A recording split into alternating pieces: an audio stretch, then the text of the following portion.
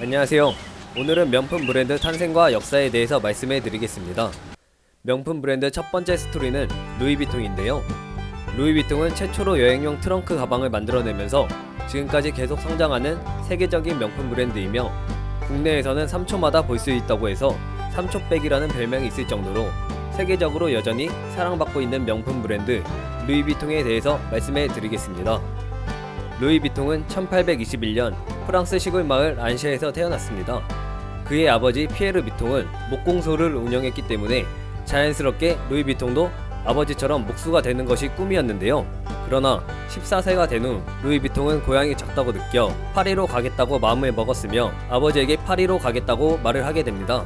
그런데 루이의 집은 많이 가난했기 때문에 지원도 못해주고 거리도 멀어서 포기하라고 말렸습니다. 약 500km 정도 나오네요. 그러나 루이는 결국 혼자 파리로 가겠다고 마음을 먹게 되는데요.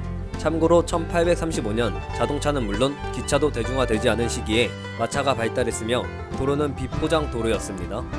그렇게 멀고도 먼 파리로 가면서 돈이 필요하면 식당에서 일하고 돈이 떨어지면 다시 마구간에 가서 일하면서 돈을 벌었습니다. 마침내 1년 반 만에 파리에 도착을 했는데요. 파리를 구경할 시간도 없이 막상 먹고 살아야 하기 때문에 일자리를 찾게 됩니다.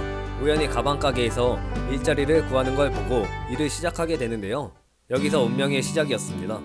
그러나 루이는 가방이라곤 만들어 본 적이 없어서 당시에는 큰 가방에 짐을 포장하는 패커라는 직업이 있었는데요.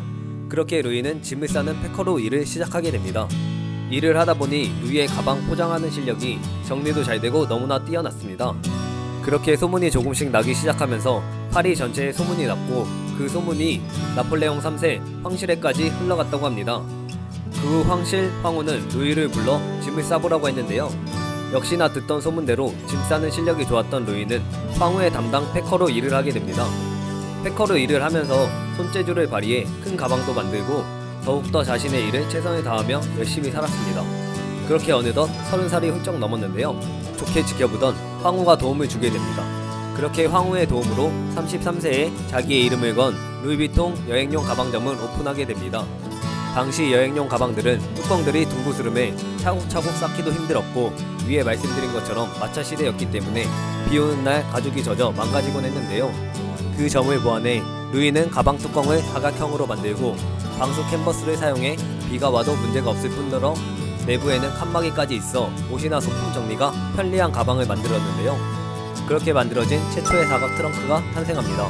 그렇게 루이비통의 가방점은 점점 소문이 나면서 귀족들 뿐 아니라 왕실에서까지 주문이 이어졌는데요. 그렇게 유명해지면서 가게를 오픈한 지 5년 만에 공장을 차리고 직원들이 많아졌습니다. 1859년 은퇴를 하고 아들 조르조 비통에게 사업을 물려주게 되는데요. 아들 조르조도 아버지만큼 솜씨가 뛰어난 사람이었으며 당시 1867년 파리 세계 박람회에서 동메달을 거머쥐었다고 합니다. 당시 금메달은 에르메스였다고 하네요. 그렇게 승승장구하던 루이비통은 한 가지 골칫거리가 있었는데요.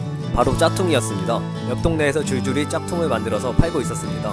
그 후 조르주는 가방에 줄무늬를 넣고 뛰어난 아이디어로 획기적인 가방들을 발명했는데요. 옷이 구겨지지 않게 옷걸이와 서랍을 단 트렁크를 만들기도 했으며 홍보 탐험가를 위해 침대가 되는 가방을 만들기도 했습니다. 그렇게 루이비통은 프랑스를 넘어 유럽과 미국에서도 유명해지면서 1885년 런던과 뉴욕에 매장을 오픈하면서 사업을 펼치게 됩니다. 루이비통이 더 유명해지기 시작하면서 또다시 다른 가게에서도 역시 비슷한 짝퉁을 만들기 시작했는데요. 그렇게 계속해서 짝퉁의 골머리를 쓰다가 짝퉁 방지를 위해 가죽의 패턴을 넣었죠. 그렇게 1988년 다미의 패턴이 탄생하게 됩니다. 그렇게 짝퉁 방지를 하고 몇 년이 지나면 또다시 짝퉁이 판을 치기 시작하는데요. 또다시 조르조 비통은 짝퉁을 막기 위해 루이비통 앞글자 LV와 꽃 무늬를 합쳐 1896년 모노그램이 탄생하게 됩니다. 그렇게 계속 발전을 했으며 당시 타겟이 상류층들이었기에 가방에 이름도 넣어주며 계속해서 짝퉁 방지에 노력을 했습니다. 계속해서 연구하고 제품을 만들었는데요. 그 당시 전혀 없던 여행을 가서 차를 마실 수 있게 티타임 가방을 만들기도 하며 여행 가서 글을 쓸 수 있게 타자기 가방부터 모든 가방을 만들기 시작했습니다. 그렇게 파리에서 점점 커가면서 1914년 파리의 샹젤리제 거리로 옮기면서 본점이 탄생했습니다. 그렇게 잘 되고 있었는데 1940년 2차 세계대전이 일어났습니다. 그때 대부분 명품들이 문을 닫고 위기에 처하게 됩니다. 그 당시 에르메스, 샤넬 등등이 있습니다. 그렇게 전쟁이 끝난 후 다시 자리를 잡고 여행을 다닐 때쯤 한 고객이 루이비통의 가방을 사러 왔는데 큰 트렁크뿐이 없었기 때문에 작은 가방은 없냐며 고객이 항의를 하게 됩니다. 여기서 변화를 깨닫고 작은 트렁크 대신 작은 가방들을 만들기 시작하는데요. 그렇게 처음 만든 가방이 노햇백입니다.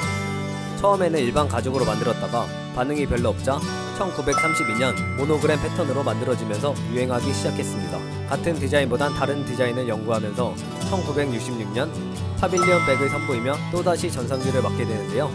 이번에는 아시아부터 전 세계로 소문이 나기 시작했으며 아시아에 진출을 하게 됩니다.